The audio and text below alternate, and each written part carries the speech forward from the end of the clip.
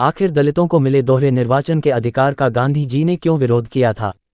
जब जेल में महात्मा गांधी का अनशन तुड़वाने पहुंचे अंबेडकर, फिर हुआ एक समझौता। आज 24 सितंबर है, हर दिन की तरह एक आम तारीख, लेकिन भारतीय इतिहास में आज के दिन कुछ ऐसा हुआ जिसने हमेशा के लिए देश की दिशा बदल कर रख दी। 24 सितंबर 1932 को पूना पैक्ट के रूप में जाना जाता है। जानते हैं क्या है इस पूना पैक्ट की कहानी? आज ही के दिन 24 सितंबर 1932 को बाबा साहेब अंबेडकर और महात्मा गांधी के बीच एक समझौता हुआ था। इसे पूना पैक्ट कहा गया और इसके माध्यम से दलितों को कई अधिकार दिए गए। कहा जाता है कि बापू आमरण अनशन पर बैठ गए थे। मजबूरन बाबा साहेब अंबेडकर को जेल पहुंचकर महात्मा गांधी से बात करनी पड़ी और फिर दोनों के बीच एक समझौता हुआ। इसी समझौते को पूना पैक्ट कहा जाता है। जानते हैं क्या है इस पूना पैक्ट की पूरी कहानी? साल 1909 में भारत सरकार अधिनियम में आरक्षण का प्रावधान किया गया। उसके बाद आने वाले समय में ब्रिटिश सरकार ने अलग अलग धर्म और जाति के लिए कम्युनल अवार्ड की भी शुरुआत की थी। इसी के तहत दलितों को दोहरा निर्वाचन अधिकार मिला था, जिसका महात्मा गांधी ने विरोध किया था। उसके बाद बाबा साहेब अंबेडकर और राष्ट्रपिता के बीच 24 सितंबर 1932 को यरवदा जेल में एक समझौता हुआ था। ऐसे में ये जानना जरूरी है कि आखिर दलितों को मिले दोहरे निर्वाचन के अधिकार का गांधी जी ने क्यों विरोध किया था। कम्युनल अवार्ड की घोषणा का बापू ने किया विरोध। साल 1924 मैकडोनाल्ड कमेटी रिपोर्ट आई थी, जिसमें काउंसिलों में डिप्रेस्ड क्लासेज के अति अल्प प्रतिनिधित्व और उसे बढ़ाने के उपायों के बारे में बात कही गई। इसके बाद 1928 में साइमन कमीशन ने भी स्वीकार किया कि डिप्रेस्ड क्लासेज को पर्याप्त प्रतिनिधित्व दिया जाना चाहिए। उसके बाद लगातार प्रयासों के चलते 17 अगस्त 1932 को ब्रिटिश सरकार ने कम्युनल अवार्ड की घोषणा की। इसमें दलितों को अलग निर्वाचन का स्वतंत्र राजनीतिक अधिकार मिला। इस अवार्ड से दलितों को आरक्षित सीटों पर अलग निर्वाचन से अपने प्रतिनिधि स्वयं चुनने का अधिकार मिला और साथ ही सामान्य जाति के निर्वाचन क्षेत्रों में सवर्णों को चुनने के लिए 2 वोट का अधिकार भी प्राप्त हुआ। यानी एक वोट के जरिए वोट उन्हें अपना प्रतिनिधि और दूसरे मत के जरिए सामान्य वर्ग के प्रतिनिधि को चुनने का अधिकार मिला था। इसे दलितों के अधिकारों की बड़ी जीत बताया गया था। इसी बात का गांधी जी ने विरोध किया। समाज के बिखरने का था खतरा। दलितों को यह अधिकार मिलने से महात्मा गांधी खफा थे। उनका कहना था कि अलग निर्वाचन क्षेत्र और उन्हें 2 मतों का अधिकार देने से हिंदू समाज बिखर जाएगा, बन जाएगा। इस रोकने के लिए बापू ने ब्रिटिश सरकार को कई पत्र लिखे, पर कोई सुनवाई नहीं हुई। अंततः उन्होंने अनशन करने का फैसला लिया। वह पुणे की यरवदा जेल में अनशन पर बैठे और अपनी बात पर अड़े रहे। गांधी और अंबेडकर के विचारों में था विरोधाभास। अनशन के जरिए महात्मा गांधी ने साफ तौर पर अपना विरोध जता दिया था, लेकिन अंबेडकर का कहना था कि इससे दलितों का उत्थान होगा। यह उनके अधिकार और विकास की दिशा में बड़ा फैसला साबित होगा। महात्मा गांधी ने 18 अगस्त को तत्कालीन ब्रिटिश पीएम रेमजे मैकडोनाल्ड को पत्र लिखकर विरोध जताया। उन्होंने लिखा, अपनी जिंदगी को दांव पर लगाकर मैं इस फैसले का विरोध कर रहा हूं।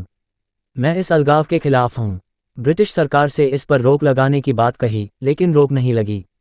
उन्होंने 9 सितंबर को दोबारा पत्र लिखकर अपनी बात कही, लेकिन अंग्रेजों ने साफ तौर इस पर रोक लगाने से मना कर दिया। अंबेडकर को पीछे खींचने पड़े कदम। अंबेडकर का कहना था कि महात्मा गांधी के लिए वो एक जायज मांग पर रोक नहीं लगने देंगे और वो अपने रुख पर कायम रहेंगे, लेकिन जेल में लगातार अनशन के कारण गांधी जी का स्वास्थ्य बिगड़ने लगा। कहा जाता है कि लोगों में संदेश गया कि इसकी वजह अंबेडकर हैं। इसका नतीजा ये हुआ कि देश के लोगों में अंबेडकर के लिए नाराजगी और गुस्सा बढ़ने लगा। अंततः अंबेडकर को कदम पीछे लेने पड़े। दूसरे गोलमेज सम्मेलन में पूना पैक्ट की पड़ गई थी नींव। पूना पैक्ट कहानी की शुरुआत होती है दूसरे गोलमेज सम्मेलन से। 1931 के आखिर में लंदन में दूसरा गोलमेज सम्मेलन हुआ। उसमें गांधी जी कांग्रेस का नेतृत्व कर रहे थे। गांधी जी का कहना था कि उनकी पार्टी पूरे भारत का प्रतिनिधित्व करती है। इस दावे को 3 पार्टियों ने चुनौती दी। मुस्लिम लीग का कहना था कि वह मुस्लिम अल्पसंख्यकों के हित में काम करती है। राजे रजवाड़ों का दावा था कि कांग्रेस का उनके नियंत्रण वाले भूभाग पर कोई अधिकार नहीं है। राजे रजवाड़ों का दावा था कि कांग्रेस का उनके नियंत्रण वाले भूभाग पर कोई अधिकार नहीं है। तीसरी चुनौती विचारक B.R. अंबेडकर की तरफ से थी। उनका कहना था कि गांधी जी और कांग्रेस पार्टी निचली जातियों का प्रतिनिधित्व नहीं करते हैं।